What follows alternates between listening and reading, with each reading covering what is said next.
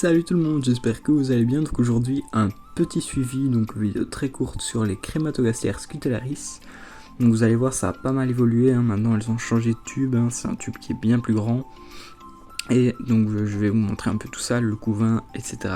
Donc on passe en macro. Voilà, donc en macro, donc c'est une gym qui date de 2022. Donc vous voyez là, je suis à une dizaine d'ouvrières avec un beau couvain. Donc la population va doubler dans, allez, on va dire 15 jours. Dans 15 jours, la population, je serai plus ou moins à 20 ouvrières à mon avis. Donc ça va assez vite, c'est cool, c'est chouette à voir. Donc vous voyez ici la petite jean. Donc je suis désolé, elles sont fort petites dans un grand tube, donc c'est compliqué de faire des beaux plans. Mais donc ce tube en fait c'est un tube humide, vous allez me dire oui mais les scutellaris c'est une espèce xérophile donc il n'a pas besoin d'eau, enfin pas besoin d'eau dans le nid du moins. Mais donc en fait moi je propose un tube humide quand même et je leur fais des compartiments comme ça elles peuvent aller boire directement, je suis pas obligé de leur mettre une aire de chasse. Donc c'est vraiment pas mal comme système, je vous conseille de faire comme ça aussi. Comme ça vous pouvez avoir des petites fondations sans forcément devoir proposer une aire de chasse. Donc ici moi je les nourris ici sur le coton dans leur demi-tube. Et elles viennent chercher. Donc là vous voyez qu'il y a des larves un petit peu bleutées. Donc ça c'est parce qu'elles ont mangé il n'y a pas longtemps.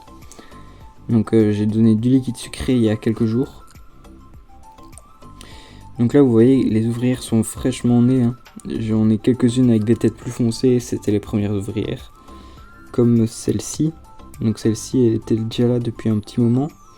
Mais par exemple celle qui est ici juste au-dessus, celle-là c'est la dernière qui est née ici. Donc celle-ci aussi elle est née quasi en même temps que l'autre. Donc elles sont vraiment récentes, elles datent d'il y a quelques jours. Donc au niveau des nymphes que j'ai, oui ça fait pas le focus. Donc c'est vraiment fort petit comme je vous disais. Je vais essayer de faire le focus. Hop. Je vais essayer autrement. Comme ça peut-être. Voilà. Donc là vous voyez que j'ai quelques nymphes. Donc j'en ai 5 ici. Ah non 4. Oui j'en ai 4 et j'ai pas mal de belles larves. Donc ça devrait être pas mal dans les prochains jours. Bah non si j'en ai 5 en fait des nymphes, qu'est-ce que je dis mais donc ces 5 là devraient naître dans une petite dizaine de jours. Et les larves devraient pas tarder à devenir des nymphes.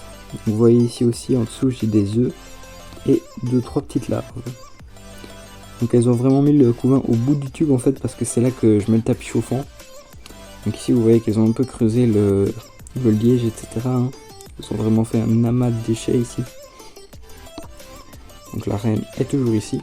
Donc là elles m'ont déplacé le couvain mais en fait elles le déplacent entre ici et là-bas. Donc souvent je vois qu'il y a plusieurs ouvrières avec la reine etc qui sont sur le tas de couvain. Donc elles se mettent là en général. Mais ici elles ont changé. Je ne sais pas pourquoi. Hop, donc je pense que on va déjà s'arrêter ici. Donc tout simplement. Parce que c'était un petit suivi.